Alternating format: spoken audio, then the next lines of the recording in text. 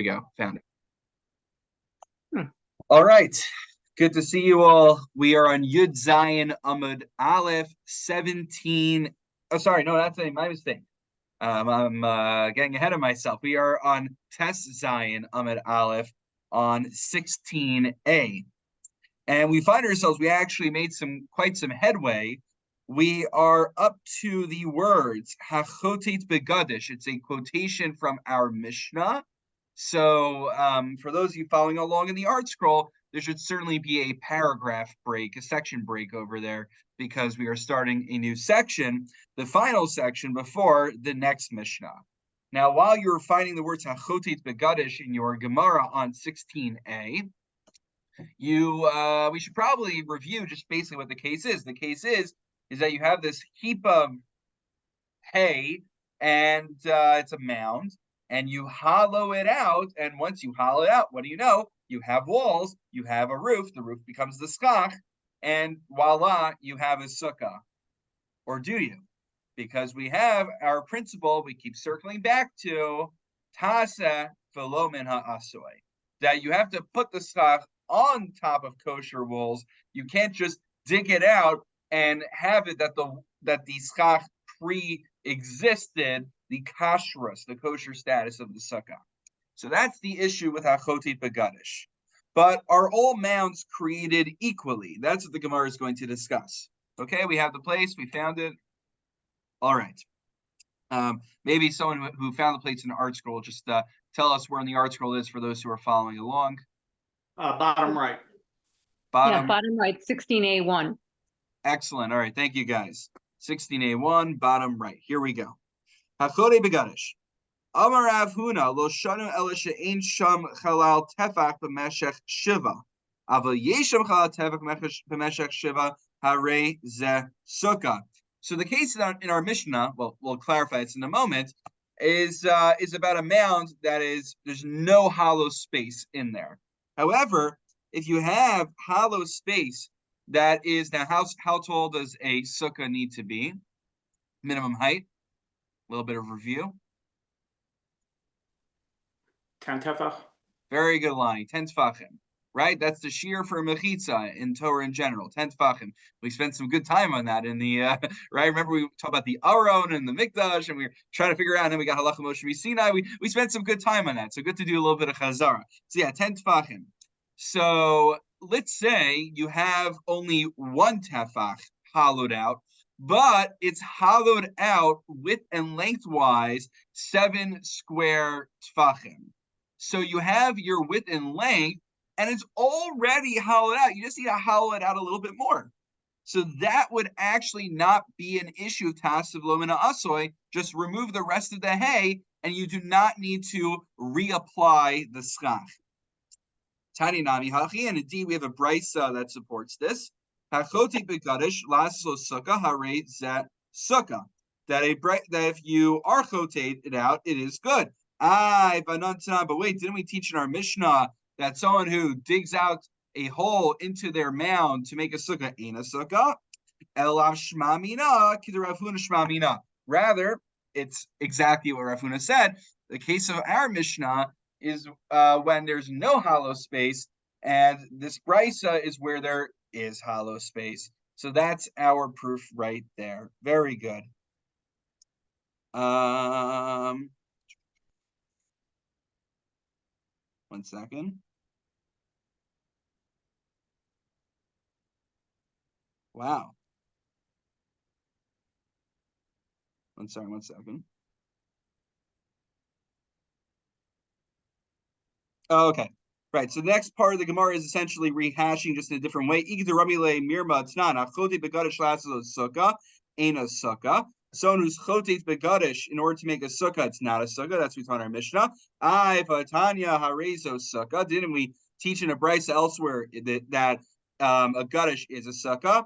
Amravuna lo kasha kam b'shisham chalal teva meshach shiva kam b'she'ein sham chalal teva meshach shiva. I got scared for a moment.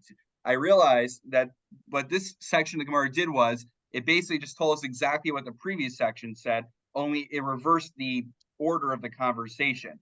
It started off by posing a contradiction between our Mishnah and a brisa. In our Mishnah, it said, if you dig out a mound, it's not kosher. The Brisa says, if you dig out a mound to make a sukkah, it is a kosher sukkah. And then we resolve the contradiction by bringing Rav Huna, who says that the difference is whether there's already at least an initial hollow space of a tefach. I got the pause that may have scared you for a moment was that when I was preparing the Gemara earlier today, I totally glossed over that it essentially repeated itself. And I was like, oh no, I didn't look over this section of the Gemara before I was supposed to teach it to you guys. And then I just realized on the spot here that it's now I realize why I glossed over it, because it repeated all of that material, so that's why I didn't notice. Okay, very good. Very good. Any questions before we go on to the next Mishnah? If there was anything unclear, because I had to, in a second, figure out what that was saying, let me know. All right, my friends, on to a new Mishnah, a new day. Let's review a few key ideas in Sukkah that we've definitely talked about in the past. So, all right, guys, pop quiz time. What is lavud? We never do this, guys. It's gonna be fun. This is pop quiz night. What is lavud, guys? What is what? Lavud. Lamed Beis Vav Daled. The extension connection. Okay, it's a connection, and now in particular, what kind of connection is it? So lavud is when something is less than 3 tfachim, it is considered to be conjoined. It's considered to be connected to each other. Basically, that's how, if you have a fence, and we use this for Eruvin nowadays, that since the bars of the fence are usually less than 3 tfachim next to each other, that's considered to be a complete wall, even though there are air gaps. That's concept number 1 to remember. Very important concept called lavud. A concept that we talk about a little bit less frequently, but also very important, is called good asik and good achis. So I always like to joke, the Christians get Good Friday, we get good asik and good achis. Now, what are good asik and good achis? Gimel Vav Dalid.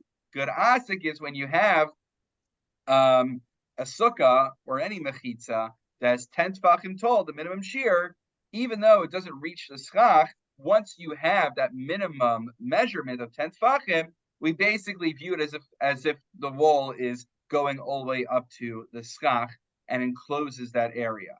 And good achis is basically just the other side of the coin. We're going to see if good achis is sufficient, though.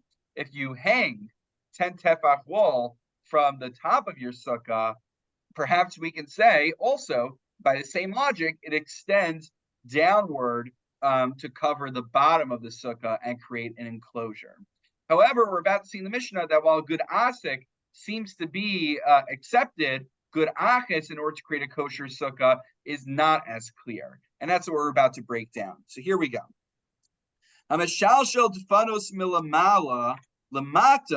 So if you hang 10 tefachim walls, the walls are inherently big enough, long enough to be kosher walls.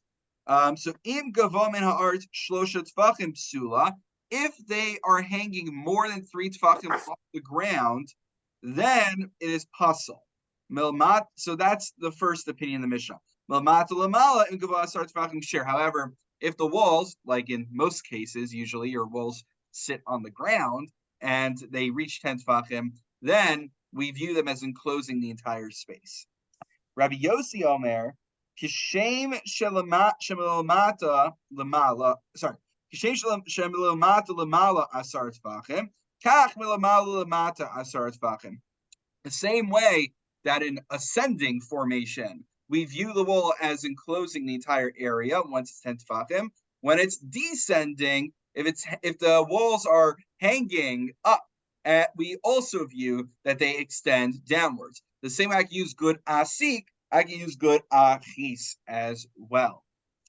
Now, you might be wondering, well, why would good asik work, but good achis would not work? They both seem to be operating off the same principles. So let's take a look at the Gemara now. B'mai kamiflagi, what is the basis of this machlokus? Mar savar mechitza tulia materes, umar savar mechitza tulia ena materes. So it seems that the machlokus in the Mishnah is a suspended mechitza, suspended wall, able to enclose an area. This is not just, we're going to see whether this is a localized machlokus in the parameters of creating a sukkah, or perhaps, as is generally the case, this is a more globalized machlokis about the nature of enclosures of mechitzas in general in Hilchos Shabbos and in Kol HaTorah Kula. So Tnan Hasam, so indeed that's what the Gemara is about to do. We're going to compare it to Hilchos Shabbos. Bor shebein shtei chatzeros. So imagine you have 2 yards and in two neighbors, right? And they have their yards, and there is a well or a cistern that half of it is in 1 yard, half of it is in the other yard. And the issue is that since each one is their own rishus, if you're not allowed to take water from one, because basically since the water is shared by the other yard, it's like you're taking from one rishus, one domain, to another domain on Shabbos. So the solution would be to create some kind of mechitza. It doesn't necessarily need to block off the water per se, but we create some kind of mechitza that could separate the 2 rishuyos, and that would permit you to draw water from that well.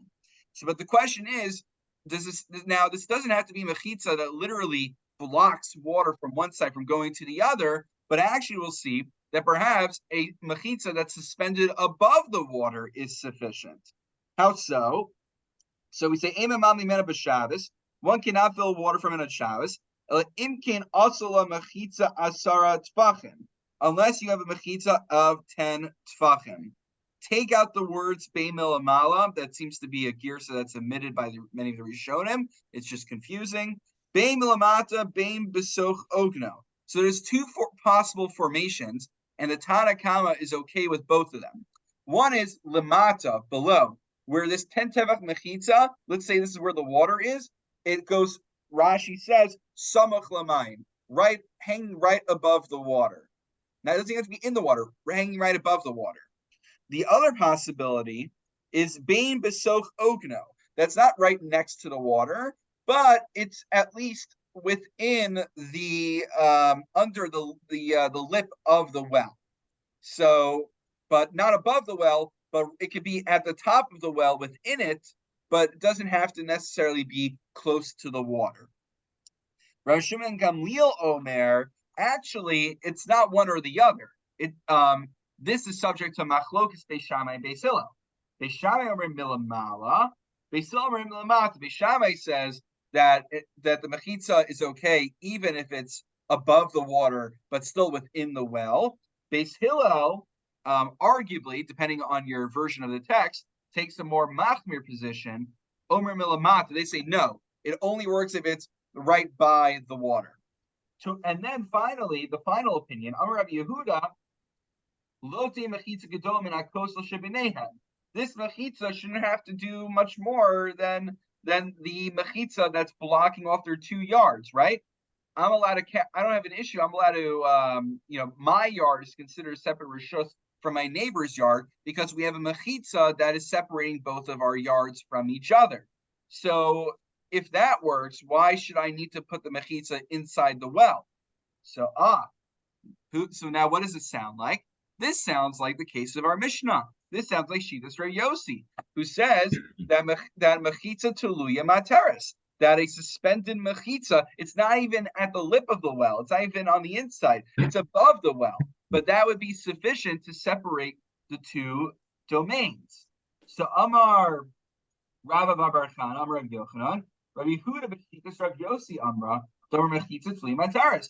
It seems that Rabbi Yehuda is espousing the same idea. He's in the same school of thought as Rav Yossi, that a mechitza does not need to touch the ground. A suspended mechitza in midair is sufficient to be considered separating 2 different areas. It's able to make its own separate enclosure. So before I go on further in the Gemara is about to dispel this idea that they both are on the same team. I want to just make sure that it's clear to us why they're on the same team. So let me just say it one more time and tell me, and I'll say the third time if it's not clear. So Rabbi Yehuda says that a suspended mechitza above the well is sufficient to separate the 2 waters. That lets me draw from it to my yard on Shabbos. And Rav Yossi, our Mishnah, in the laws of Sukkah, says that a suspended mechitza that's not touching the ground is enough to create an enclosure for legitimate Sukkah. We see the analogy? Good. I'm seeing not. Anyone not seeing it? Don't be ashamed. Ein habai shalomed. Tell me if I need to. Okay. So we understand the analogy. Now let's understand why this analogy might not be a good analogy. See, now that I made you appreciate how they both are the same thing, I'm going to I'm not going to. The Gemara is going to deconstruct it. So here we go.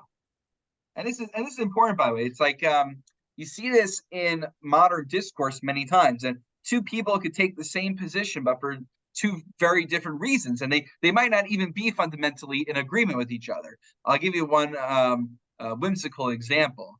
So I wanted to make one of these. There's like one of these political comic templates where you have two people like shaking hands with each other from different, and you like put one flag on one side, one flag on the other side to show that they agree on an issue. So I wanted to make a comic. The agreement is against Karbach Shabbos. But so you have people who are feminist on one side who oppose Karbach Shabbos because of his history with women. And then you have people on the other side who say they just don't like a singing long, dragged out davening. And they could both agree on this issue just for completely different reasons. So just because they sound the same doesn't mean they are the same. So let's see what the difference is between them. Good example. Oh, thank you, Phil. Thank you, Phyllis. Belohi. Lo Rabbi Huda Savar like Rabbi Yossi, Lo Rabbi Yossi Savar like Rabbi Huda. The Gemara says, I know it's tempting to think that they are the same, one and the same, but they're not one and the same. Lo Rabbi Huda Savar like Rabbi Yossi. Rabbi Huda does not agree with Rabbi Yossi when it comes to having a suspended mechitza to make a kosher sukkah. Kan lo kama Rabbi Yehuda hasam el beirubei chatzeros derabanan. Rabbi Yehuda says a suspended mechitza only works for when we need to solve rabbinic problems. Rabbinic problems require rabbinic solutions. So a suspended mechitza could work when we only need to make something, when we have to deal with a rabbinic issue. But a sukkah, of course, as hopefully we are aware, is biblically mandated. So a suspended mechitza is not sufficient in order to create a biblically enclosed area. So Rabbi Yehuda does not necessarily sign on to what Rabbi Yossi says in our Mishnah, that a suspended mechitza will work when it comes to creating a biblically recognized sukkah. And then, from the other side, below Rabbi Yossi, several like Rabbi Yehuda, Rabbi Yossi does not necessarily agree with Rabbi Yehuda. A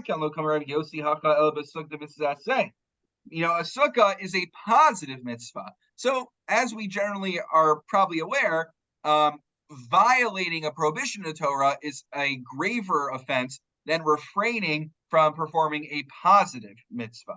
So making a sukkah, while it's very important, is only a positive mitzvah. Awol Shabbos, this is skila lo, but Shabbos, not only is there a negative commandment not to break Shabbos, but one who deliberately breaks Shabbos and all the stars align for all the requirements needed for the court to execute him, gets the worst execution possible, which is by stoning. So Rav Yossi might be prepared to say that a suspended mechitza is sufficient to fulfill the mitzvah of sukkah, but maybe not when it comes to laws of Shabbos, which are punishable by stoning. Now, you might be wondering, but this is only an issue of hotzah on a rabbinical level. There's no skila here, right? You're not violating Shabbos midoraisa. So Rashi says the malachas deraisa machmir nafim midirabanan to ispa. So we basically, even though this is only going to be an issue of transferring on a rabbinic level on Shabbos, because there's basically like two different kinds of rabbinic enactments.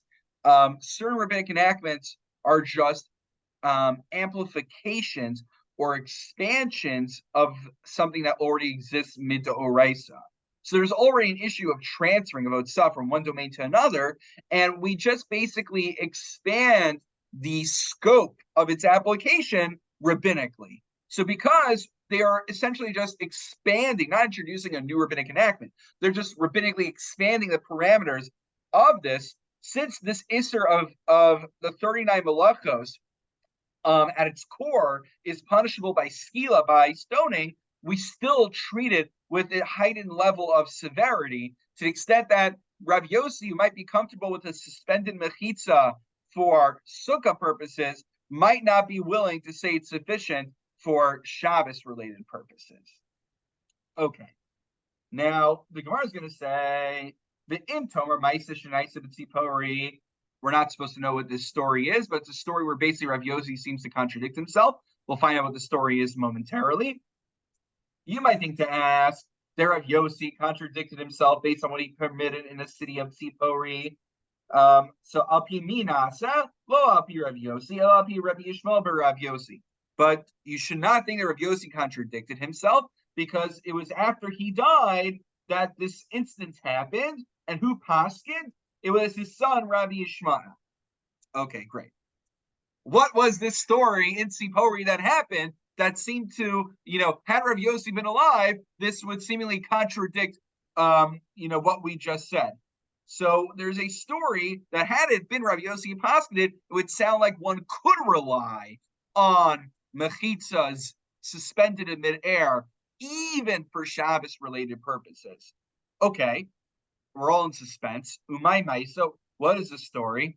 Don't get all excited. It's not like, dragons and dungeons and it's, whenever I say like there's a story, like all of a sudden, like, pushes up the expectations in the bar.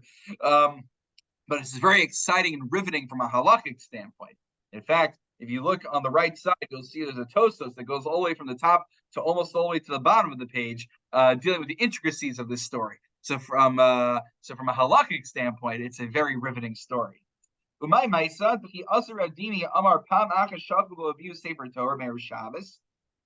time they left the Sefer Torah at somebody's house. Now, why would you leave the Sefer Torah in someone's home and not at shul like we do? So Rashi points out, Rashi says, there's a bracket here, so maybe it was censored and put back in, I'm not sure. So basically, back then, they were afraid that the non-Jews would come and steal the Torah from the shul, so they kept it in somebody's house, and then they would take it out to read from it on Shabbos. But there was one Shabbos they forgot to bring it beforehand, and there was no Erev. So what did they do? That's like when we had to bring the Torahs out to the COVID tent. They had to bring the Torahs out to the what? Out to the COVID tent. Oh, yeah, I guess. But here it's like funny because here they're bringing it to shul. They were taking it out of the shul to your beloved tents, right?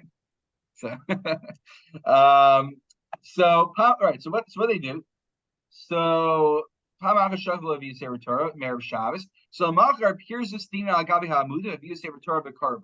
So they basically, there was let's say there was a mavoi, and there were many chatzeros that open up into, many courtyards that open in. So they basically took all these blankets and cloths and they covered all the entryways in this mavoi. So basically there was just one end of the mavoi where the house was with the Torah, the other end of the mavoi that was the shul, and then they basically had a permissible corridor to carry the Torah without any problems.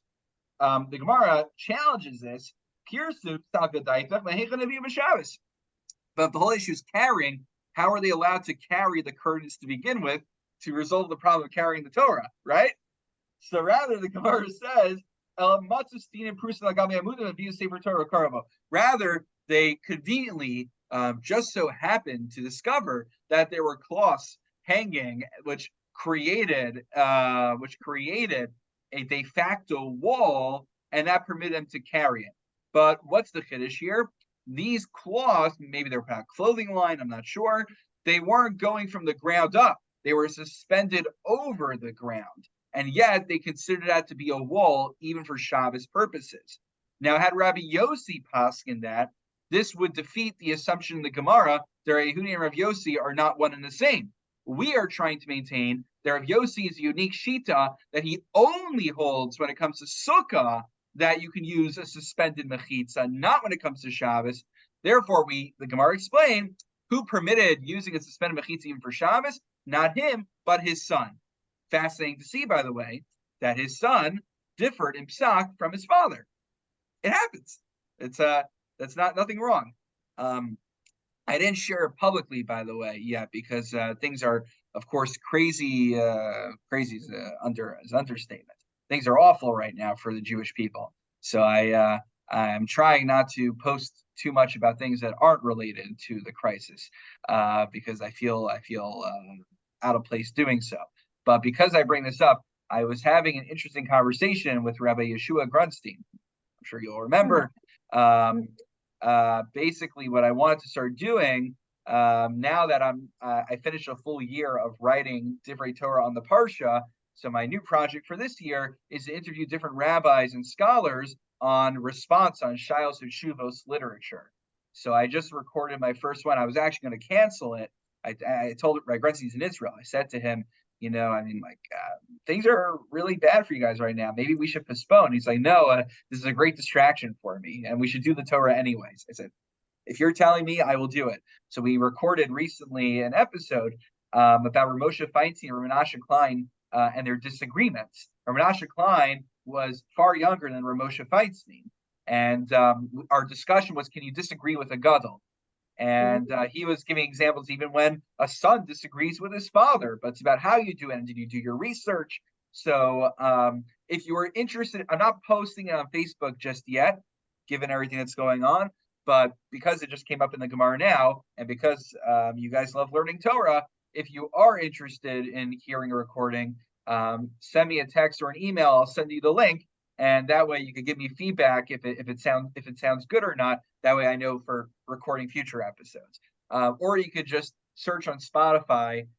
It's spelled shoot first, ask questions later, but it's spelled SHU quotation mark T.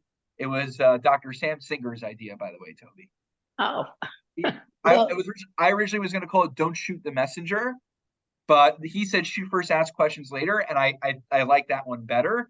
So I'll have to give him credit. I do plan on recording with him and Sam Soroka at some point because they both run Shilos Shuvos Chaburos independently. We're hoping to record something in the future. So if any of you are interested, let me know. I'll send it to you, and I would benefit from all of your feedback. I'm interested. Oh, I forgot. I prepared one more thing on the Gemara today. I'm sorry. I was talking like I was at my conclusion. We still have time, right? We started at 7 o'clock. Okay, I have 5 more minutes or so at least to share some more Torah. So bringing it back, it's been a while since we've learned from our good friend, the Birchas Avraham. So the Birchas Avraham has the following question. Let's go back to the case in our Mishnah. We have a suspended mechitza, and we said if the suspended mechitza is within 3 tefachim to the ground, that is okay. Now, why is more than 3 tefachim not okay? So the issue is this idea, I think we've mentioned it already in the past, Gideon Boken, that if it's big enough that goats can just run right into it, run into the sukkah and then run out, so then that sukkah is not a kosher sukkah, it's not a real enclosure. So, this is a very funny idea, he asked, because when you think about it, the reason we're allowed to carry and Stanford on Shabbos is because we have our telephone poles that act as a tzuras haPesach. You have one pole here, one pole here. You have the line going over it, and that creates a door frame. A door frame, anything could go through. It could be lions and tigers and bears alive could run through those door frames. So why is it that if you have a legitimate mechitza of 10 tefachim, that we're complaining that a goat can fit its way through there? Excuse me, we have a tzuras haPesach, which anything can fit through, and yet somehow we're allowed to use that on Shabbos. So there seems to be an inconsistency here. So what's the difference? Of course, there needs to be a distinction. So he quotes Reb Chaim, is Chidushim on the Rambam. Reb Chaim says that it depends what our goal is. Is our goal to create an enclosure for something to be considered a mukaf, or is our goal to create a sheer mechitza, to ensure that we have the minimum size of a legitimate wall? So he says, sheer mechitza hari lo mahani tzuras haPesach ragli sheneshav mukaf mechitzos. Our telephone wires around Stanford aren't creating a mechitza. They're not making actual walls. When do you need actual walls? When you want to enclose an area that's otherwise a reshus harabim, a public domain, on a doraisa level, you need actual walls. And you need ome meruba ala parts. You need majority physical walls to enclose that area, to physically enclose the area. But our tzuras haPesach, our telephone wires, are not trying to enclose a biblical public domain. They're closing a Carmelis, a rabbinical public domain, because we're not a huge metro area that has over 600,000 people passing down any road any given day. So there, it's sufficient not to physically enclose, but to just create a general recognizable enclosure. And so that's why Tzuras Pesach works. Whereas, the goal of good achis is, what are we trying to do when we suspend the walls of the sukkah above? The goal is, these are the key words, lahamshich hamachitza atzma. We want to actually drag down the mechitza itself. We need a physical barrier. So bezeh yesh lomar dim over gedim bokinbo zeh moneh inyan hamashacha zo. So for that, since we need actual walls, we don't just need a Tzuras Pesach. We want to actually extend the wall downwards. So then the litmus test is whether a goat can run through it or not, which is 3 tfachim. That's the very general idea. Now there's a broader question about, well, why can't we just use lavud? So this is by the way, I'll just show you in the Sefer here. He has a nice little section. This is Anaf Aleph over here. It goes to the next page, Anaf Beis, Anaf Gimel. There's so much. I didn't get a chance to read through all of it, but this is a worthwhile sugya. But again, just we get to see our connection to Hilchos Shabbos once more. All right, shkayach everyone. God willing, we should only hear good news and Besoros Tovos, Karbi Amenu. And for those, Toby, yes. We're stopping here in the middle of 16b2. Is that, we didn't finish it? No, 16A. Because our we got our officially tonight is 16A. So we're way past 16A. What was that? I said we're way past 16A. The issue was there was no good stopping point, so we just no. So I'm saying, do you want to maybe just finish to the end of B3 because it's a little bit more? Oh no, and then next week you start like with the Mishnah. I think it's still. I want to kind of keep the recording on a schedule, Okay. but yeah, we'll end it here. I'm trying to just like go sugya by sugya, but don't worry, because next year, God willing, then we'll make some headway into Yud Zayin Amaf. I love starting every year feeling like we already are halfway done. Isn't that a amazing feeling? Like we already did a lot of the work. It's we'll see how that works. All right. Take care, everyone. Have a good evening. This was somewhat exciting for me because I remember on one of my trips with Mr. S, and I went with him about 10 times, we went to Tzipori. Oh my heavens. So here we're reading about it, and I was there. I can't believe it. Did you see the suspended mechitzas that they had to carry? That I don't remember, but I saw a lot of tile floors and yes. everything else. Yeah. There you go. Maybe you were in the story that they're quoting. Who knows? It's a long time ago. All right. Wonderful. Thank you for sharing that with us, Gloria. Wishing everyone wonderful, God willing, peaceful Shabbos. Yes, thank you. You and your family. Thank you. Shabbos